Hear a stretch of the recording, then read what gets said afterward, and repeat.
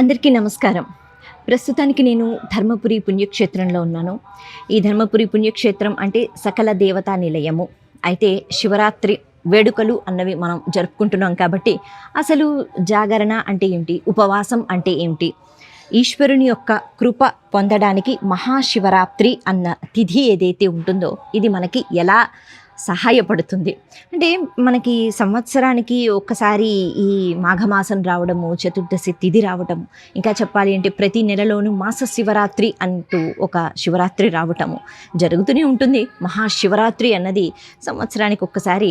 అంటే ఆ రోజు ఈశ్వరుడు లింగాకారంలో ఉద్భవించాడు అని మనం చెప్పుకుంటూ ఉంటాం కదా. అయితే ఎందుకు ఇలా అంటే జన్మానికి ఒక్క శివరాత్రి అని ఎందుకు అన్నారు?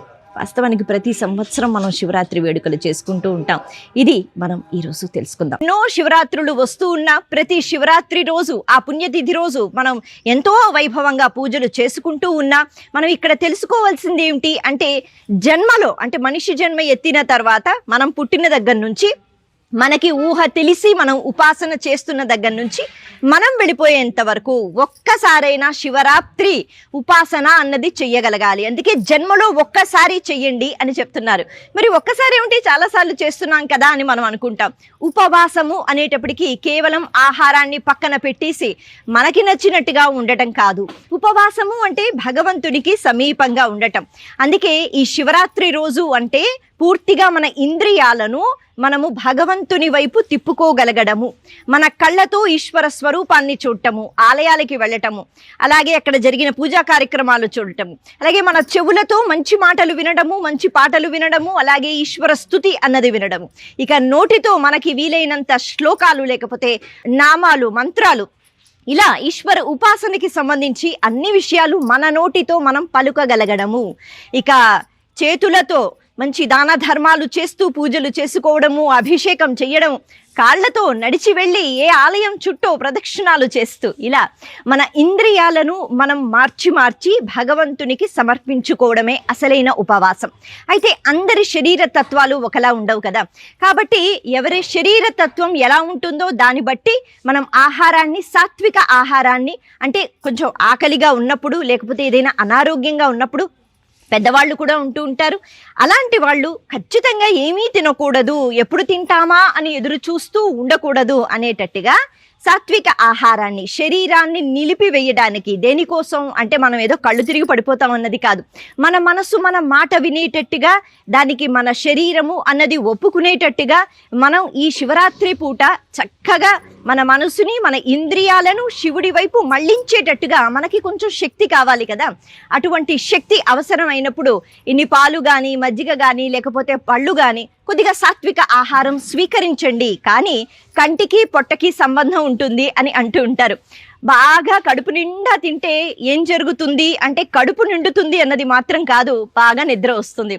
అందుకనే కొద్దిగా సేవించి ఆ తర్వాత జాగరణ అంటే ఏమిటి, ఏదో ఒక రకంగా కాలం గడిపేస్తే చాలు, ఆ ఒక్క రోజంతా అలా రాత్రంతా ఎవరితోనో మాట్లాడుతూ లేకపోతే ఎక్కడో ఉండిపోయి ఆనందంగా గడిపేస్తే చాలు అన్నది మాత్రం కాదు.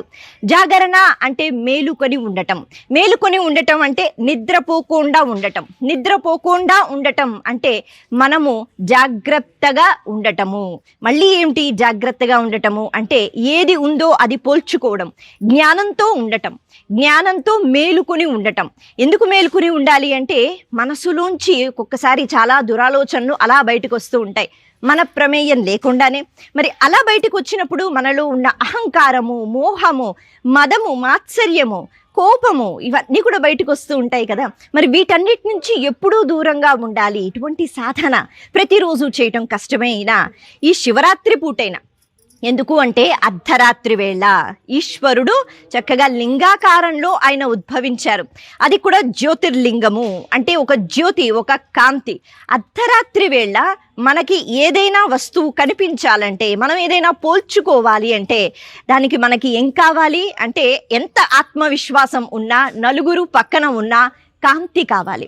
అటువంటి కాంతి రూపాన్ని ధరించి ఈశ్వరుడు అర్ధరాత్రి వేళ ఉద్భవించాడు.